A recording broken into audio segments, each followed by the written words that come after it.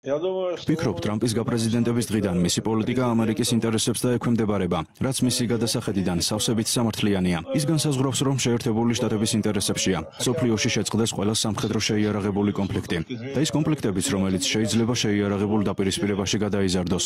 მას სწორედ ასეთი დამოკიდებულება აქვს ახლო აღმოსავლეთთან, ასეთი დამოკიდებულება აქვს კავკასიასთან. მეორე მომენტი ისაა, რომ დასავლეთთან საქართველოს დღევანდელი პრობლემები იქიდან გამომდინარეობს, რომ საქართველოს არ სურს უკრაინის ბედი გაიზიაროს. მას არც სომხეთის ბედის გაზიარება სურს. მას სურს საქართველო დარჩეს და საკუთარი ინტერესები დაიცვას. მე თვალყურს ვადევნებდი იმას, რასაც ტრამპი უკრაინის პრობლემებთან დაკავშირებით ამბობს. მან განაცხადა, უკრაინას ნატოში შესვლისკენ სწორედ ჩვენ, ანუ ამერიკის წინა პრეზიდენტები უბიძგებდით, რითაც რუსეთი გავაღიზიანეთ და საფრთხე შეუქმენით. ამის გაკეთება არ შეიძლებოდა.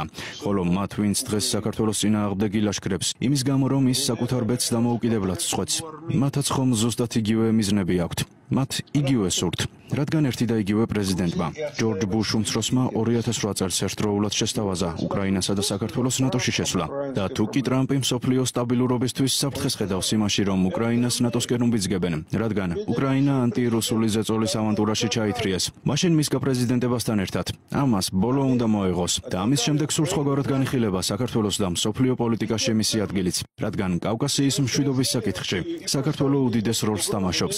ეს როლი უმნიშვნელოვანესია, რადგან კავკასია უკიდურესად რთული რეგიონია. ძალზე ბევრი გარეშე ძალა ცდილობდა კავკასიას საკუთარ ინტერესებში გაეთამაშებინა, რაც სრულიად უპირისპირდებოდა კავკასიის ხალხთა და ქართველი ხალხის ინტერესებს. და რა კიღა საქართველო რუსეთის ურთიერთობები მრავალკუთხოვანი და ბუნებრივია. არ მგონია ტრამპმა რუსეთს საქართველოს შორის მტრობის გაჩაღება მოინდომოს. ისევე როგორც ის წინააღმდეგია უკრაინა რუსეთის მტრობით თამაშისა. ეს არაფერი კარგის მომტანი არ არის, თუნდაც იმ მინორული ფორმით, როგორც ეს შევარდნაძის დროს ხდებოდა, როდესაც ის ჩეჩენ ტერორისტებს თავშესაფარსა და დახმარებას თავაზობდა. ეს მართლაც ხდებოდა. ვფიქრობ, შეერთებული შტატების პრეზიდენტის საღიმიდგომა, როგორც ზოგადად კავკასიისადმი, ისე რუსეთისა და მსოფლიო პრობლემებისადმი, დაასრულებს საქართველოზე იმ მავნე და სამარცხვინო ზეწოლას, რომლის მიზანიც ქვეყნის მეორე უკრაინად გადაქცევაა. ამას ვასკვნი ტრამპის განცხადებებსა და მის პოლიტიკურ ლოგიკაზე დაყრდნობით, რა სახითაც მას ამჟამად ვხედავთ. პირველი დიდი ოფიციალური შეხვედრა, რომელსაც ტრამპი გეგმავს, პუტინთან შეხვედრა იქნება. რას შეიძლება ველოდოთ ამ შეხვედრისგან? ბევრი ფიქრობს, რომ ტრამპი უკრაინაში ომს დაასრულებს. როგორ ფიქრობთ, რამდენად რეალურია ეს მოლოდინი? რაოდენ შემზარავიც არ უნდა იყოს ომი და ადამიანთა სიკვდილი. უკრაინის ომი დღეს ის ძირითადი პრობლემა არ გახლავთ, რაც ტრამპსა და რუსეთს შორის დგას. ტრამპისა და პუტინის შეხვედრის მიზანი ბევრად უფრო დიდი და გლობალურია. ეს მიზანი ორმხრივი სტრატეგიული უსაფრთხოების შესახებ შეთანხმებაა. უკრაინა მხოლოდ ერთი ტექნიკური ნაწილია საყოველთაო უსაფრთხოების შესახებ შეთანხმებისა. ნატოც მხოლოდ ნაწილია რუსეთსა და შეერთებულ შტატებს შორის გლობალური და ორმხრივი უსაფრთხოების შესახებ ერთობლივი შეთანხმებისა, რომელიც ორივე მხარის უსაფრთხოების ინტერესებს უნდა ითვალისწინებდეს. უკრაინამ მხოლოდ კერძო საკითხია. ის ძირითადი საუბარი კი სწორედ ამის შესახებ გაიმართება, რადგან 2026 წელს მთავრდება საყოველთაო სტრატეგიული უსაფრთხოების შესახებ შეთანხმების ვადა. დღეს ეს შეთანხმება გაყინულია. დღეს ურთიერთობებმა ყველაზე კრიტიკულ წერტილს მიაღწია. დღეს უწინდელზე ბევრად მაღალია ალბათობა მსოფლიო საომარი დაპირისპირებისა, ბირთვული სტრატეგიული იარაღის გამოყენებით.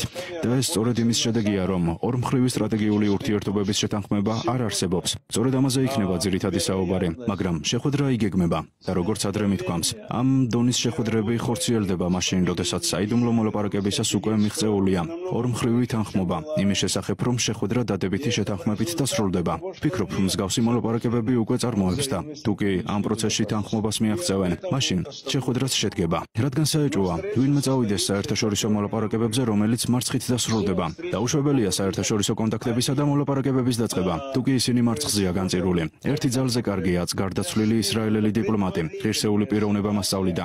დიპლომატიის პირველი წესია არასდროს შემოხვიდე ისეთი წინადადებით, რომელზედაც უარყოფით პასუხს მიიღებს. პროფესიონალი დიპლომატი თავს ამის უფლებას ვერ მისცემს. ორი დიდი სახელმწიფოს ხელმძღვანელს შორის ისეთი მოლაპარაკებების დაწყება, რომელიც ორივე მხრიდან უარყოფითი პასუხით დასრულდება, საერთაშორისო დიპლომატიაში ყოველთ დაუშვებელია და ვიდრე ერთმანეთში არ შეთანხმდებიან, შეხვედრა არ შედგება. ხოლო თუ კი შეხვედრა შედგა, ეს იმას ნიშნავს, რომ შეთანხმება უკვე მიღწეულია. ყოველივე დანარჩენი კი წვრილმანი დეტალებია.